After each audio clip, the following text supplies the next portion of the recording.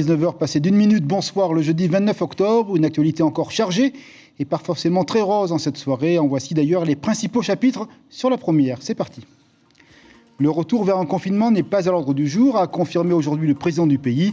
Même si la Covid arrive de plein fouet au Taonais ce matin, l'hôpital a ouvert ses portes à la presse. Immersion dans les services sous tension. Une réalité, l'esprit civique et les gestes barrières sont une obligation désormais. Pour parler de ce quotidien à l'hôpital, de la mobilisation des personnels et de leur engagement, une invitée, Mireille Duval. Elle nous comptera l'engagement des soignants et la vague qui monte avec des défis qui nous attendent. À tout à l'heure. Nous ferons un tour aussi aux Marquises, direction Ivaoa, où l'inquiétude grandit. 14 cas actifs de Covid-19 et 8 foyers concernés. Un arrêté municipal pour le port de masque obligatoire dans certaines zones. Un direct nous attend avec Joël Frébault, la Tabana. À tout à l'heure, madame. Des équations à multiples inconnus, un budget pour l'année 2021 avec la Covid, c'est un casse-tête chinois. Le pays va maintenir l'investissement pour aider à la relance, une relance que le président qualifie de verte et solidaire, à découvrir. L'horreur, un nouvel attentat islamiste endeuille la France. 3 personnes assassinées dans la basilique de Nice. L'assassin arrêté par la police est un jeune Tunisien. La condamnation de l'acte est unanime en métropole, mais aussi également ici, au Fénois. La Toussaint, cette manière vivante d'être en communion avec nos défunts. En Polynésie, la tradition et l'honneur à nos ascendants ont un caractère marqué. Il est fait de prière et d'attention. Malgré la pandémie, les fleurs restent une marque d'affection très forte. Nous irons à Nuku'iva pour le constater. Un chiffre pour commencer l'édition, 682 cas pour 100 000 habitants. C'est le taux d'incidence actuel de la Covid-19, un chiffre important. Ainsi, l'hôpital est en première ligne. Ce matin, opération portes ouvertes au Taonais, au nom de la transparence, où il a été fait cas de la réalité contrainte du moment. Les chiffres, 186 lits pour la Covid, 85 sont déjà occupés, 24 patients en réanimation, une tension sur les personnels déjà fortement mobilisés. Compte rendu et reportage avec Chiquita Darouzès et Mirko Vanfo. La réponse du CHPF pour faire face à la montée des cas d'hospitalisation a été de réorganiser son service des urgences, point d'entrée stratégique pour les patients, toutes pathologies confondues. Depuis lundi, cette nouvelle zone aménagée sous le parvis des urgences permet de diagnostiquer au moins 10 malades susceptibles d'avoir le Covid-19. Les patients qui présentent des symptômes qui seraient compatibles avec une infection au Covid sont dirigés vers cette zone pour être déjà évalués par le médecin, voir un petit peu la gravité des symptômes et ensuite être testés directement donc, sur le parvis pour ensuite être dirigés dans les secteurs d'hospitalisation de l'hôpital. Pour pallier à l'augmentation de son activité, le service a dû recourir à 4 infirmiers supplémentaires spécifiques Covid. Un médecin devrait arriver en renfort la semaine prochaine pour prêter main forte aux médecins de garde. Mais c'est surtout le service de réanimation qui risque de manquer de personnel spécialisé. Au mois de mars, on avait commencé à former des infirmiers pour venir faire infirmier de réanimation dans l'attente de ce qui allait se passer. Au mois de mars, il ne s'est pas passé grand-chose, mais tous les infirmiers qu'on avait recrutés, qu'on avait récupérés dans les étages, ils sont venus se former. Et ces infirmiers-là, on est en train petit à petit de les récupérer pour la réanimation. Et dans les secteurs d'où ils sont issus, on les remplace par des infirmiers qui sont moins spécialisés. En dessous, c'est le respirateur qui nous permet de apporter le maximum d'oxygène à notre patient avec différents réglages. Le service de soins intensifs a effectivement ouvert des secteurs de réanimation au fur et à mesure des besoins. Objectif, préparer l'ouverture des 60 lits Covid prévus. Entre les patients Covid et ceux qui ne le sont pas, la demande en personnel est telle que le ministère de la Santé a fait appel à la réserve sanitaire de l'État. Et l'État autorise la réserve sanitaire en fait, à venir nous aider. Et après, la réserve sanitaire fait un appel à tous ses membres sur des petits messages d'appel en disant voilà, pour 15 jours, il y a besoin d'une mission en Polynésie. On va demander des médecins anesthésistes réanimateurs, on va demander des infirmiers, on va demander des infirmiers anesthésistes. Les personnels de la réserve reçoivent cette alerte sur le téléphone et puis en fonction de leurs possibilités, ils y répondent et puis ils sont envoyés. Le coronavirus aura coûté un peu plus d'1 milliard à l'hôpital du Taonais. Un hôpital qui tiendra le temps qu'il faudra avec pour l'instant des infirmiers et des médecins volontaires qui ne comptent pas leurs heures. Et un message répété par la direction du Taonais, respectez vraiment les gestes barrières pour éviter la saturation de l'hôpital. L'hôpital, justement, on va y aller avec notre invité. Bonsoir, Mireille Duval. Vous êtes représentante de Force ouvrière au Taonais, aussi membre du conseil d'administration. Alors, Parlez-nous de la mobilisation de ces personnels qu'on a vu dans ce reportage. Il y a vraiment un engagement qui est très très fort. C'est un quotidien qui est vraiment harassant, je suppose, pour l'ensemble du personnel, plus de 2000 personnes. Alors oui, effectivement, nous sommes déjà en alerte depuis mars. Et puis bon, oui, il y a une grande motivation. On a conscience quand même, parce que par les médias, on sait bien que là, le Covid est dangereux. Voilà, donc depuis mars, nous sommes complètement motivés. Maintenant, aujourd'hui, on va être face à une réalité, c'est ce pic épidémique qui est arrivé beaucoup plus tôt que prévu. Et parmi vos collègues, vous sentez de l'inquiétude, de l'angoisse ou une volonté déterminée de faire face? Alors, il y a une volonté déterminée d'en faire face, effectivement, mais il y a aussi un stress permanent. Voilà. Donc, il ne faut pas non plus... moi, je vais dire un mot très simple, nous ne sommes pas immunisés contre le Covid. Il faut l'entendre aussi. Nous sommes des êtres humains, mais nous savons aussi que voilà, la réalité, elle est là. Oui, on a peur. Et le stress, il est dû à quoi? Donc à la peur, évidemment, du virus, mais... L'inconnu de la maladie. La maladie, on en parle, mais on ne sait pas ce que c'est exactement. Voilà, on nous en a fait un plat dessus, mais c'est cet inconnu-là, parce que voilà, donc si cet inconnu est toujours là, il faut être vigilant. La vigilance, elle est là. On parle beaucoup des moyens humains. Est-ce que vraiment vous êtes suffisamment nombreux pour faire face? Je crois qu'une centaine de recrutements a été réalisés. Centaine de recrutements réalisés, oui, effectivement. C'est suffisant ou pas? Alors, ce ne sera pas suffisant quand l'hôpital sera rempli de Covid, mais je ne crois pas que l'hôpital est réservé à traiter que des Covid, parce qu'on a quand même d'autres pathologies à traiter. On nous aurait dit que peut-être un remplissage pour 2 tiers, c'est risqué. C'est risqué parce que le personnel va vraiment stresser. Ce soir, 186 patients pour Covid, 24 en réanimation. On se rapproche du pic. Et comment on envisage ça, le pic, quand on est personnel à l'hôpital? Que vous disent vos collègues qui sont vraiment dans l'opérationnel? Alors, on se rapproche du pic. Je crois qu'on est déjà dans le pic. Voilà, mais il y a de la place encore en réanimation? Il y a de la place, peut-être, oui. Pour certains, c'est comme ça qu'ils l'entendent. Mais la réalité, non, on a déjà rempli ce qu'il faut. Donc, il y aura de la place, mais il faudra aussi du personnel. Parce qu'il ne suffit pas d'avoir du matériel, il faut aussi du personnel pour surveiller. Et c'est là où ça va coincer. Et le hic, c'est quoi? C'est la réanimation qui pose problème? Tout à fait, c'est la réanimation. Parce que souvent, ces patients, quand ils arrivent, souvent vont vers la réanimation. Et ça remplit très, très vite. Hier, le député Broderson a parlé à l'Assemblée nationale à Paris. Il demandait si le gouvernement était prêt à appuyer le gouvernement local pour demander de l'aide au cas où à la Nouvelle-Zélande et à l'Australie. Vous pensez que c'est une justification importante, un élément important que d'avoir éventuellement ce secours des voisins du Pacifique? Alors oui, on aimerait avoir ce secours des voisins du Pacifique, mais regardez simplement, la Nouvelle-Zélande a fermé ses frontières, la Nouvelle-Calédonie, ça va être compliqué. Je pense que plutôt ce qu'il faut, c'est travailler ensemble avec aussi le personnel des cliniques et tout ça. Et bien sûr, on attend quand même on a une incertitude sur les recrutements et c'est sur ça qu'on s'appuie aussi d'ici 2 semaines ou 1 mois. Donc il faut qu'il y ait du monde qui arrive? Il faut. Et l'espérance, elle est là parmi le personnel? On ne se laisse pas abattre? Vous savez, les Polynésiens sont des gens, déjà, culturellement, ils sont solidaires. Voilà, donc il ne faut pas s'inquiéter. La solidarité, elle est là. Merci Myriel Duval pour ces propos optimistes à la fin et pour le combat de l'ensemble des soignants de l'hôpital du Terronnet, l'ensemble des soignants sur le territoire. Merci à vous. Bonne soirée. L'inquiétude grimpe, un peu comme la fièvre du virus. À Ivaoa, aux Marquises, les comptes ne sont pas bons. 14 citoyens sont cas actifs de la Covid-19. 5 sources seraient à l'origine de ce maudit bourgeonnement. La Tavana, Joëlle Frébault, aussi élue à l'Assemblée, est restée chez elle pour veiller à tout ceci. Elle est en direct avec nous depuis les Marquises. Bonsoir Tavana. Dites-moi dans quelle situation vous êtes ce soir, inquiète, optimiste, en tous les cas active? Oui, c'est sûr qu'on est toujours inquiète, mais bon, j'ai quand même anticipé la situation en dotant la mairie de moyens matériels conséquents. Nous avons donc un gros stock de masques chirurgicaux et donc des tenues de pompiers, 500 bouteilles de gel hydroalcoolique. Nous sommes prêts à ce niveau. Donc nous avons également aménagé un centre d'accueil tampon pour les cas suspects. Donc en attente de résultats, ainsi qu'un centre d'hébergement d'une capacité de 50 lits pour les cas positifs. Pour l'instant, Tavana, les gens qui sont frappés par le virus sont à la maison, ils sont dans un centre dédié. Il y a une personne qui, je crois, reçoit l'assistance de l'oxygène. Hein? Oui, il y a cette personne donc, qui est à l'hôpital, il est hospitalisé. Et les autres personnes en attente de résultats sont donc dans des bungalows qu'on a réservés pour cet effet. Et donc, les personnes Covidées, pour l'instant, sont restées chez eux parce que c'est toute la famille qui est malade. Vous allez prendre un arrêté pour le port du masque dans la capitale? Oui, ça y est. Donc, il y a 2 jours déjà, j'ai pris des arrêtés municipaux pour imposer un strict respect des mesures barrières. Donc c'est déjà fait à ce niveau-là. Dernière question, est-ce que ce virus, ce sont les comportements un petit peu anarchiques des gens venant de Papeete qui ont amené ce virus sur votre territoire?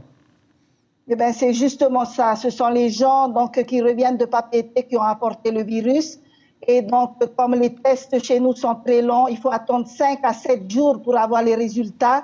Et entre-temps, donc, voilà, ils se sont promenés au village, ils ont rencontré plusieurs personnes, d'où le nombre élevé que l'on a aujourd'hui. Merci beaucoup. En tous les cas, beaucoup de sagesse et surtout un comportement civique. C'est votre message ce soir à l'image de l'hôpital, hein? Oui, voilà. Donc, j'appelle encore ma population à rester vigilante et j'insiste sur le respect des gestes barrières. Surtout, protégeant nos matahiapos, nos personnes vulnérables et nous soignons. Voilà, c'est ensemble que nous allons arriver. Merci. Merci, bonne soirée. Merci de nous avoir accueillis depuis votre domicile du côté des Marquises. Très bonne soirée. Et demain, conférence de presse à 2 voix, ce sera à 11h10 en direct sur la première. Le haut-commissaire et le président prennent la parole. Alors, allons-nous vers un confinement? Manifestement, la réponse est non. On écoute le président Édouard Fritch rencontré ce matin. C'est pas parce qu'en France on confine, nous on va confiner. Je ne comprends pas moi ce genre de raisonnement. Aujourd'hui, nous sommes en période de couvre-feu. Nous avons mis en place des mesures pour protéger les uns les autres et éviter que le Covid se propage. Il faut quand même qu'on attende 15 jours, 3 semaines pour voir quels sont les premiers résultats de ces premières mesures qui ont été prises. Mais laissons le temps au temps. On va voir. Moi, je pense qu'avec le haut-commissaire, nous reviendrons devant vous demain et nous vous ferons part de l'évolution de certains paramètres. Mais ce n'est, à mon avis, pas parce qu'il y a eu confinement en métropole qu'on n'est pas tout à fait dans le même schéma. Avoir donc demain matin un chiffre qui parle du défi économique auquel est confronté le pays, le montant de l'aide attribuée aux entreprises, un chiffre donné ce matin par le gouvernement, 100 milliards de francs. Un chiffre vraiment important. Et c'est un exercice incertain pour le gouvernement. L'établissement d'un budget pour l'année 2021 avec la crise sanitaire. Les hypothèses n'ont jamais été aussi fragiles. En revanche, 2 certitudes ce matin dégagées. Le pays devrait recourir à un nouveau prêt auprès de l'État et la fiscalité ne changera pas. Pour le reste, au niveau des chiffres, eh bien, les prévisions sont autour de 129 milliards pour le fonctionnement et de 77 pour l'investissement. Compte rendu avec Jeanne Fanayoretis et Riro Théotoua. Malgré un hémicycle aux couleurs d'octobre rose, la vie en Polynésie n'est pas toute rose depuis le virus. Il y aura désormais un avant et un après Covid. La pandémie a eu un impact dévastateur sur la santé financière des deniers publics, des deniers que souhaite utiliser le pays pour relancer l'économie. Chaque franc dépensé en fonctionnement ou en investissement doit servir la relance de notre pays. Une relance plus verte, une relance plus solidaire, une relance centrée sur la personne humaine. Toutes les réserves financières ont été mobilisées depuis mai dernier pour aider à financer les mesures de soutien aux familles et aux entreprises. Face aux voix qui plaident pour une aide supplémentaire du pays, le chef de l'exécutif local est clair. Pas d'impôts nouveaux et... Mesdames et messieurs les représentants, nous ne disposons pas de planche à billets. Nous devons gérer avec les fonds que nous disposons réellement. Au total, 4,3 milliards de francs sous la forme d'aide ont été redistribués à des petites entreprises individuelles. 798 prêts garantis par l'État ont été accordés par les banques, soit 50 milliards. Et le secteur le plus dévasté est celui du tourisme. Il a bénéficié d'une aide de 12 milliards de francs. La moitié 6 milliards consacrés en fait au dispositif de droit commun que nous déployons chaque année. Ce sont les CVD, les CAE, les contrats aidés également dans les entreprises. Mais nous avons 6 milliards d'aides exceptionnelles que sont notamment le DIES, le DESETI et un autre dispositif qui est le contrat de soutien à l'emploi et qui permet au pays d'accompagner les entreprises et les salariés dans la réduction du temps de travail lié à la crise économique que traverse notre pays. Ainsi, la conjugaison des aides de l'État et du pays s'élève à 100 milliards de francs. La dette du pays, elle, qui avait atteint son niveau le plus bas en 2020, soit 80 milliards, sera supérieure à 115 milliards en 2021. Direction la France, et le terrorisme islamiste frappe à nouveau la métropole. 3 chrétiens, dont le sacristain de la basilique de Nice, ont été assassinés aujourd'hui. Une dame âgée de 70 ans a eu la gorge tranchée. L'auteur des faits, un Tunisien sans papier, âgé d'une vingtaine d'années, a été arrêté par la police. Retour sur les faits avec nos confrères d'Outre-mer, la première à Paris. Il est près de 9h ce matin, lorsqu'un attentat se produit dans le centre de Nice. Un terroriste est entré dans la basilique Notre-Dame. À cette heure-ci, pas de messe, mais quelques paroissiens. Il en tue 3 au couteau. Les policiers municipaux pénètrent alors dans l'édifice pour arrêter l'assaillant.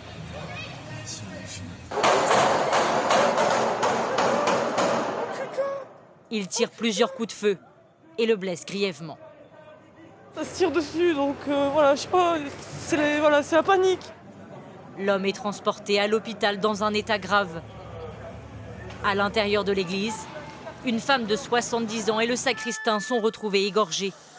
Une troisième femme d'une quarantaine d'années, blessée à coups de couteau, a pris la fuite et s'est réfugiée dans un bar. Mais les secours ne pourront rien faire. Elle décède peu de temps après. Des riverains proches de l'église ont vu les paroissiens tenter de s'échapper. Ce qu'on a vu, c'est des gens courir brutalement, sortir en courant partout, en hurlant que tout le monde, il tuait tout le monde. Le terroriste, lui, revendique son acte.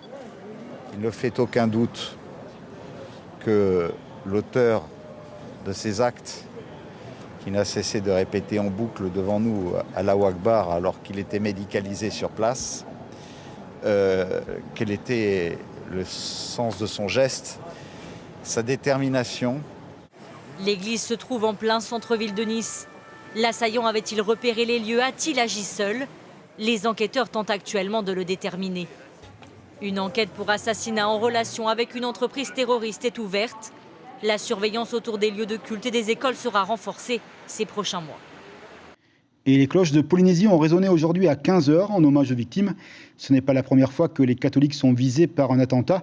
Aux martyrs de la foi, comme on dit dans le langage religieux, elles rejoignent le père Jacques Hamel, curé assassiné il y a 4 ans en Normandie, en Polynésie. La condamnation de l'acte est unanime, à l'image du maire de Papeete que nous écoutons. Ce n'est pas cette idéologie mortifère qui pourra mettre à bas les fondements de la civilisation française. Donc en tant que citoyen français, mais également en tant que Maori, j'éprouve de la compassion pour les familles qui ont été frappées durement par cet acte terroriste. Et donc je voudrais également leur adresser mes sincères condoléances. J'ai placé les drapeaux en berne à la municipalité de Papeete. Alors c'est un drame qui dépasse un peu le cadre de nos relations privilégiées en tant que ville jumelle. C'est aussi un drame national, donc j'apporte mon soutien ferme à nos amis de Nice. Voilà, et un appel à la solidarité avec le centre de transfusion sanguine. Il a besoin de vous, de nous, c'est nécessité. 200 poches de sang tous les 15 jours. Pour ce faire, les mardis et jeudis matins, ces agents se déplaceront à la cathédrale pour vous recevoir. Alors, soyons vraiment solidaires dans ce moment compliqué pour la situation sanitaire du pays. Justice. Ce matin, devant la cour d'appel, Jacques Dean, l'ex-bras droit de Philippe Chil, contestait sa condamnation il y a 1 an par le tribunal correctionnel. En cause, un harcèlement sexuel puis moral dénoncé par la DRH de la mairie d'Arouet. Aujourd'hui, la cour d'appel a examiné de nouveau les faits. Compte rendu d'audience avec Thierry Stanfleur et Marcel Bonneau. Jacques Dean n'a pas vraiment varié dans ses déclarations depuis le premier procès et il a été en peine de s'expliquer sur ses écrits enflammés envers la DRH de la mairie de Arouet, dont il était le supérieur hiérarchique en tant que premier adjoint. Il a également été en difficulté quand le juge lui a demandé pourquoi il avait soudainement déclaré la jeune femme incompétente après lui avoir tressé des lauriers et proposé un poste encore plus important auparavant. Ce matin, la jeune femme semblait encore affectée par les dénégations de l'élu. Jacques Dean reconnaît qu'il a eu un comportement inapproprié. Ce qu'il ne reconnaît pas, c'est le fait que ça puisse être puni par la loi. C'est un peu différent. Et ce qu'il dit, je peux le comprendre, c'est que c'est moins grave que s'il l'avait agressé physiquement. Oui, c'est moins grave en soi, mais ça reste que le harcèlement, c'est inacceptable et très destructeur à l'égard des victimes. Je ne suis absolument pas en train de dire que c'est un monstre, mais je dis simplement qu'il a fait des dégâts très lourds. La défense a cherché à banaliser les écrits de M. Dean et surtout mis en cause la chronologie dans cette affaire. Pour l'avocat de l'ancien élu, la DRH a décidé d'aller en justice quand elle a elle-même été mise en cause par une pétition à la mairie d'Arouet qui dénonçait ses méthodes de travail. Elle a été déterminée parce qu'elle pensait que M. Dean avait fomenté cette plainte. C'est uniquement ce qu'il avait déterminé. Donc vous pensez que toute cette histoire vient du fait qu'elle était elle-même attaquée? Oui, vous savez, c'est la meilleure façon pour quelqu'un que l'on reproche d'être un harceleur, c'est de considérer qu'elle-même est victime. Donc elle s'est tout simplement victimisée en considérant que M. Dean était le harceleur. L'avocat de la jeune femme et le procureur ont demandé des peines équivalentes au premier jugement, soit 1 an avec sursis et 2 années d'inéligibilité. La défense, une relaxe au bénéfice du doute. La décision sera rendue par le tribunal le 12 novembre prochain. Une affaire à suivre. Malgré l'incertitude des temps, la Toussaint est toujours dans le cœur, à l'image de nos défunts. Ces jours-ci nous parlent de la lumière de leur visage. Avec le 1er novembre, c'est le temps des fleurs, partout comme ici à Nukuiva. On va écouter une horticultrice, elle s'appelle Cécile. Elle répond à notre correspondante Marie Curvat. Et de belles images en couleur. Pendant 3 mois, on a fait des celles-ci et des crêpes de coq et des œillets d'Inde pour la Toussaint. Pour emmener en bas pour aller vendre. Et on a fait 1000 pieds. Cette année, ils ont vraiment bien réussi. Et je suis très fière. Vraiment, pour en arriver là, il faut vraiment des années d'expérience. Et eux, au bout du 3e année, ils ont quand même bien réussi. Et ça, je suis très contente. Un magnifique travail en famille, donc du côté des marquises, avec ces belles fleurs. On vous rappelle l'information principale de la soirée. Elle concerne la conférence de presse demain du haut-commissaire avec le président du pays. A priori, comme vous l'avez entendu dans ce journal, l'hypothèse du confinement ne serait pas prioritaire ce soir, à confirmer oui ou non. Demain, ce sera à 11h10 sur l'ensemble des antennes de la première, Internet, radio et télévision. Traditionnellement, nous terminons les journaux par le travail des confrères de la presse écrite. Ce soir, nous est arrivée la une de Tahiti Info, également la question du confinement. Pour l'instant, pas de confinement à confirmer demain matin. Merci d'être fidèle à la télévision. Demain matin, 6h, la radio Titawadoum avec Carlos Natua pour les premières informations. Internet, 24h sur 24. Et pour terminer, un peu des embruns de la Waikinui, celle de l'an passé. Regoutons au parfum des exploits avec l'envie frénétique d'un Revenez-y. Nous croisons les doigts pour l'année 2021. Voici de belles images pour nous dire au revoir. À demain soir, 19h pour l'édition en français. Merci.